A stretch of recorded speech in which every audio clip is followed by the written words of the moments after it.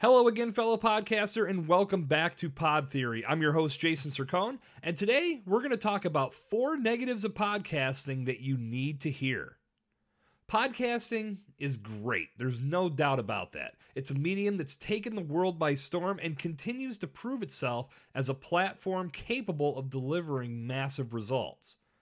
Personally, I've gone all in on podcasting, and in addition to producing my own podcast that you're listening to at this very moment, I also do podcast mentoring, I do podcast consulting, I help others produce their podcasts, and I help people get booked on podcasts that help their businesses grow.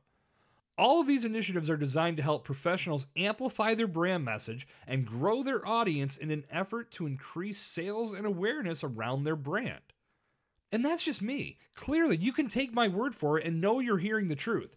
But the most recent numbers obtained from the Infinite Dial 2021 from Edison Research and Triton Digital reveal more of the same.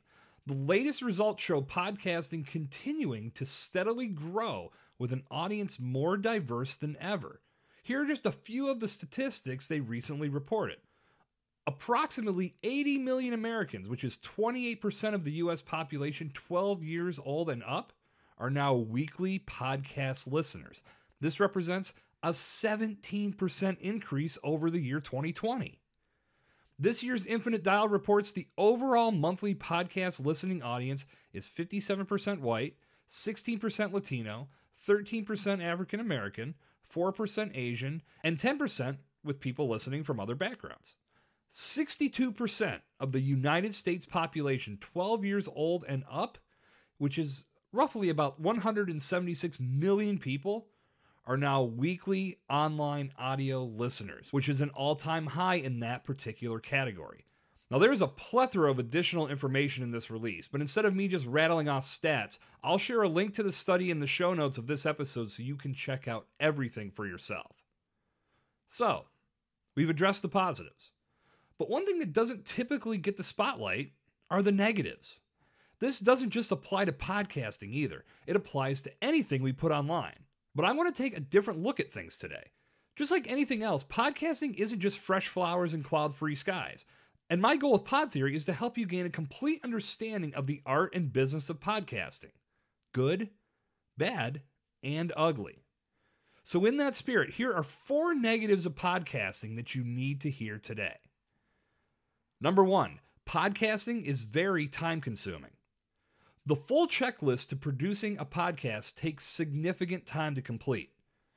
Brainstorming a topic, thinking of a good guest to help you cover that topic, recruiting and scheduling the guest, doing research, compiling questions, conducting the interview, doing all of your post-production, creating show notes, publishing, marketing, promotion, repurposing the content.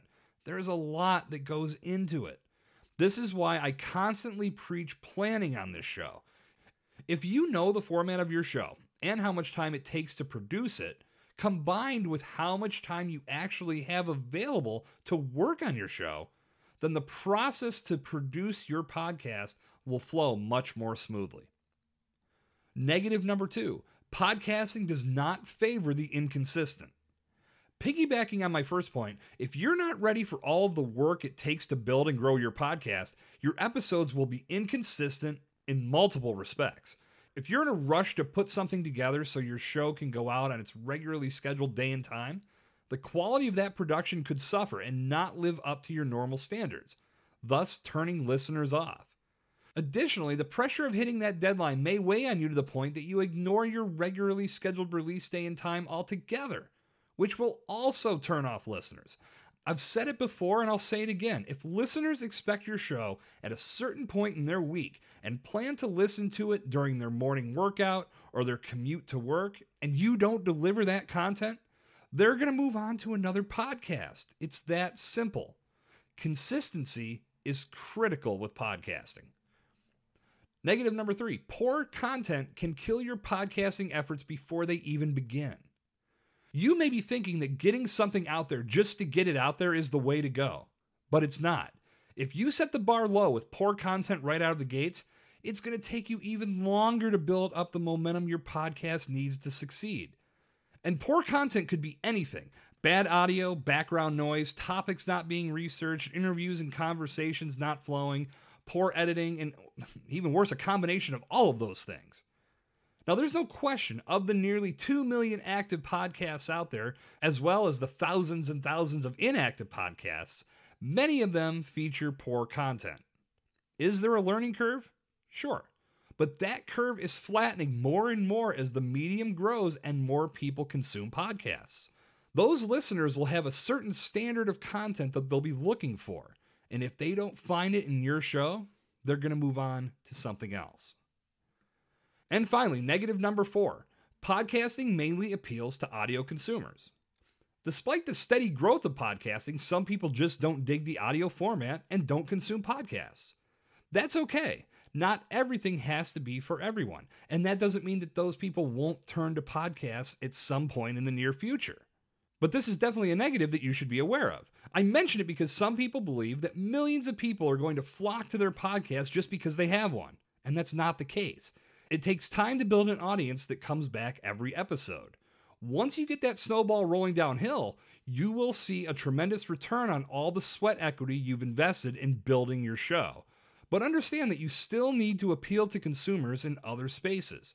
This is why I'm a huge proponent of repurposing your content. Transcribe your shows for blog posts. Use your podcast content for videos.